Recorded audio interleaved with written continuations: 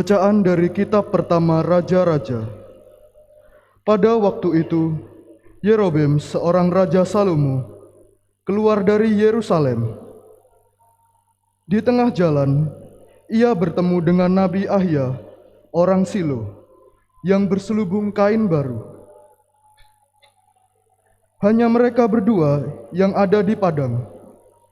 Ahia memegang kain baru yang ada di badannya, lalu dikoyakkannya menjadi 12 koyakan. Ia berkata kepada Yerobeam, "Ambillah bagianmu 10 koyakan, sebab beginilah sabda Tuhan, sesungguhnya aku akan mengoyakkan kerajaan itu dari tangan Salomo dan akan memberikan kepadamu 10 suku. Tetapi 1 suku akan tetap padanya, oleh karena hambaku Daud, dan oleh karena Yerusalem, kota yang kupilih dari segala suku Israel." Demikianlah orang Israel memberontak terhadap keluarga Daud sampai hari ini. Demikianlah sabda Tuhan. Mazmur tanggapan dengan referen, "Akulah Tuhan Allahmu, dengarkanlah aku."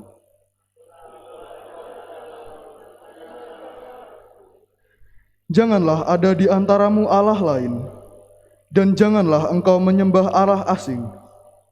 Akulah Tuhan Allahmu, yang menuntun engkau keluar dari tanah Mesir.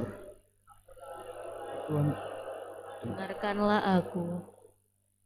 Tetapi umatku tidak mendengarkan suaraku, dan Israel tidak suka kepadaku. Sebab itu aku membiarkan dia dalam kedegilan hatinya. Biarlah mereka berjalan mengikuti angan-angannya sendiri. Akulah Tuhan Allahmu, dengarkanlah aku.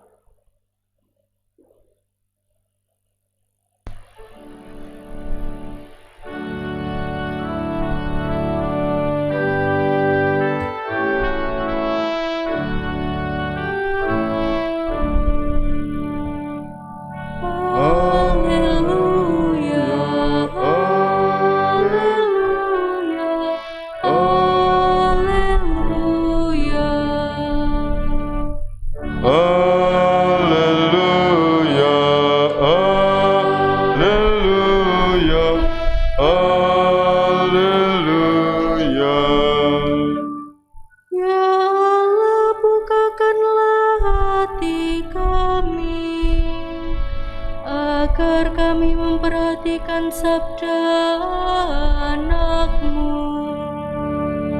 Haleluya, haleluya, haleluya.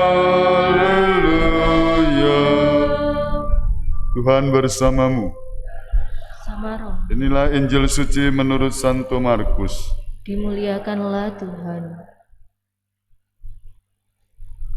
Pada waktu itu Yesus meninggalkan daerah Tirus dan lewat Sidon pergi ke Danau Galilea di tengah-tengah daerah Dekapolis. Di situ orang membawa kepadanya seorang tuli dan gagap dan memohon supaya Yesus meletakkan tangannya atas orang itu. Maka Yesus memisahkan dia dari orang banyak sehingga mereka sendirian. Kemudian ia memasukkan jarinya ke telinga orang itu, lalu meludah dan meraba lidah orang itu. Kemudian sambil menengadah ke langit, Yesus menarik nafas dan berkata kepadanya, "Ephata," artinya terbukalah. Maka terbukalah telinga orang itu, dan seketika itu terlepaslah pula pengikat lidahnya.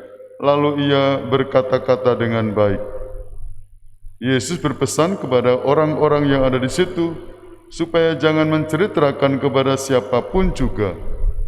Tetapi makin dilarangnya mereka, makin luas mereka memberitakannya. Mereka takjub dan tercengang dan berkata, "Ia menjadikan segala-galanya baik. Yang tuli dijadikannya mendengar, yang bisu dijadikannya berbicara. Demikianlah sabda Tuhan. Terpujilah Kristus.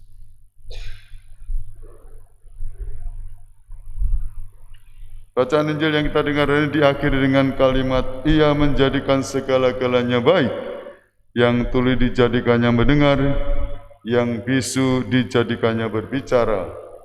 Allah kita memang baik adanya, yang diciptakannya pun baik. Waktu Purwaning Dumadi atau kitab Kejadian, Allah menciptakan alam semesta selama berapa hari? 6 hari. Pada hari ke-7 Tuhan beristirahat.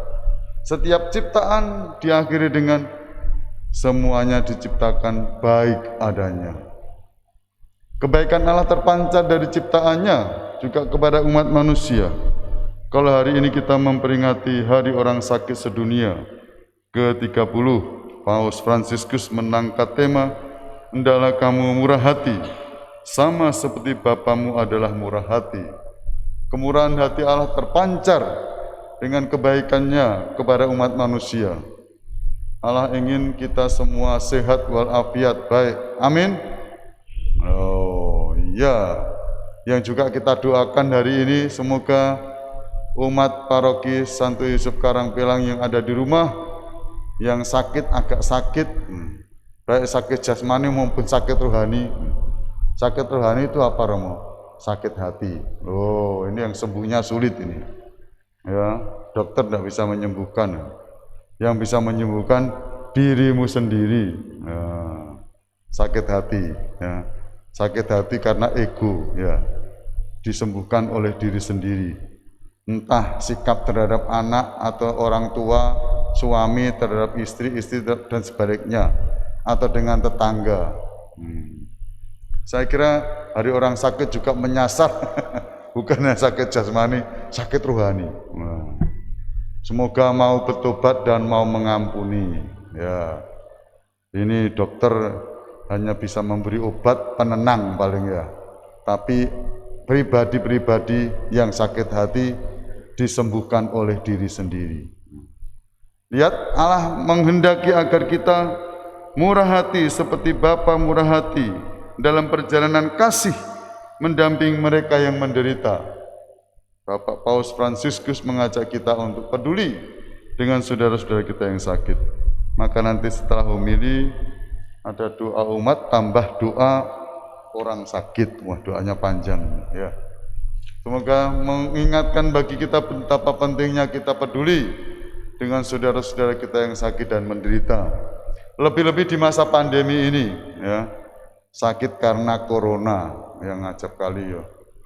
Tidak tahu obatnya apa. Obatnya yaitu hati yang gembira. Hati yang gembira adalah obat. Sambil juga menjaga protokol kesehatan. Tetap memakai masker, cuci tangan, jaga jarak, menghindari kerumunan, lalu makan yang sehat, istirahat cukup, hati yang gembira. Allah kita penuh kasih dan kerahiman. Semoga hidup kita penuh syukur.